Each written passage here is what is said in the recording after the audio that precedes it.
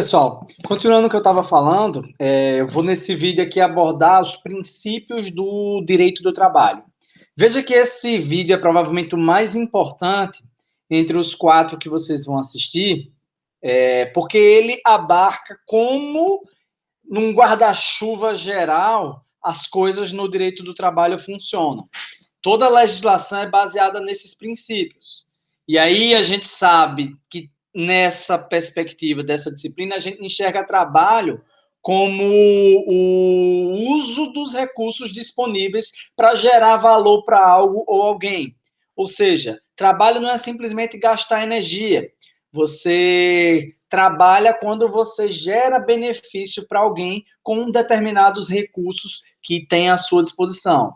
E na nossa legislação brasileira, as principais leis que discutem o trabalho é a nossa Constituição Federal e a nossa famosa CLT, a Consolidação das Leis Trabalhistas. Ela começou em 1943, teve sua atualização mais recente, mais significativa, no ano de 2017.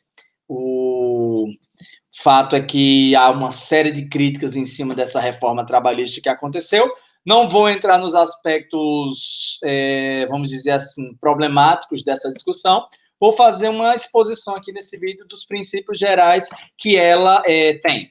E aí uma coisa interessante, o primeiro princípio dela, e baliza toda a consolidação das leis trabalhistas, é a proteção ao trabalhador. Isso é feito para minimizar a desigualdade de forças. A gente sabe que, em geral, o empregador tem um poder econômico muito inferior ao empregado. Eu estou dizendo que em geral, porque existem exceções à regra, sim, como tudo no direito e na vida. Você não pode comparar um dirigente de futebol com um jogador de futebol, por exemplo, quando o assunto é poder econômico, né? Pelo menos em geral, não.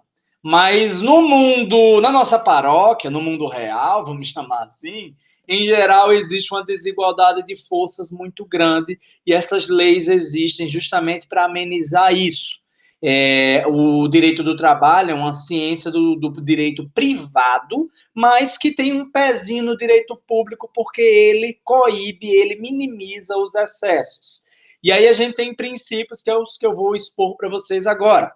O primeiro deles é o de proteção ao trabalhador, e ele se desdobra em mais 3, que é a ideia do indúbrio pró-operário, ou seja, se tiver alguma dúvida sobre uma situação, na dúvida, aplica-se o que favorece mais ao empregado, justamente na ideia de protegê-lo.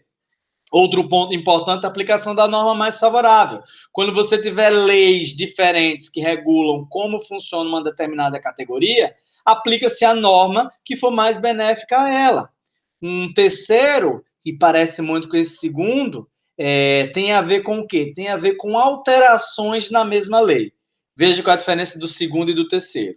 O segundo é quando você tiver uma determinada categoria que pode ter discussões sobre ela em 2 leis diferentes.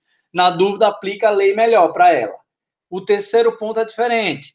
É a condição mais benéfica quando houver alguma alteração na lei que discute aquele assunto.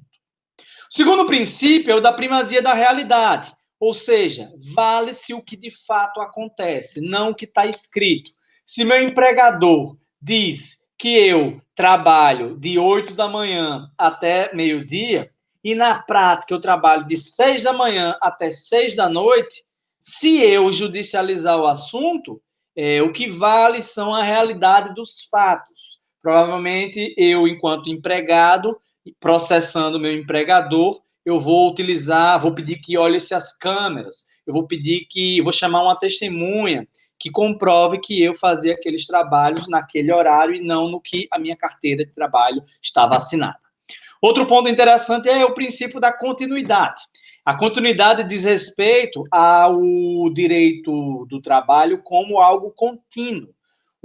As atividades comerciais, o empregador, que é aquele que assume o risco econômico daquilo, quando eventualmente ele encerra suas atividades, é ele que tem que avisar ao empregado.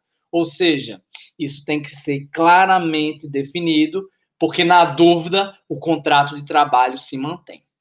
Um quarto princípio é a questão da inalterabilidade contratual lesiva. Essa palavra bem feia está dizendo o quê? As regras do jogo não podem mudar se for prejudicar o empregado. E existem exceções, claro. Existem situações, por exemplo, de crises que a empresa está enfrentando. Existem situações em que o trabalhador é rebaixado de sua função, mas isso são exceções e não regra. Em geral, as regras do jogo não podem mudar depois que a bola já está rolando. Um quinto princípio que parece muito com esse quarto tem a ver com a irrenunciabilidade dos direitos. Só que aqui está dizendo o quê? Eu, trabalhador, não posso, e até eu posso fazer isso, mas quando a gente discute judicialmente, sempre se parte em benefício do trabalhador. Eu não posso dizer que eu não quero cesta básica, não quero auxílio à alimentação, não quero, ou seja, eu não posso renunciar a direitos que estão claramente definidos para a minha categoria. A CLT desde 2017 mudou, alguns aspectos são muito criticáveis, por exemplo, a ideia de que o que está legislado vale menos do que o que é combinado, e uma série de outras questões, mas a gente não vai ter tempo de se aprofundar nessas minúcias. O que eu quero que vocês compreendam são esses 5 princípios do direito do trabalho. E a partir dessa reflexão, a gente consegue entrar no conceito de trabalho e emprego. E aí, pessoal, eu vou encerrar esse vídeo e converso com vocês no próximo. Me acompanhe.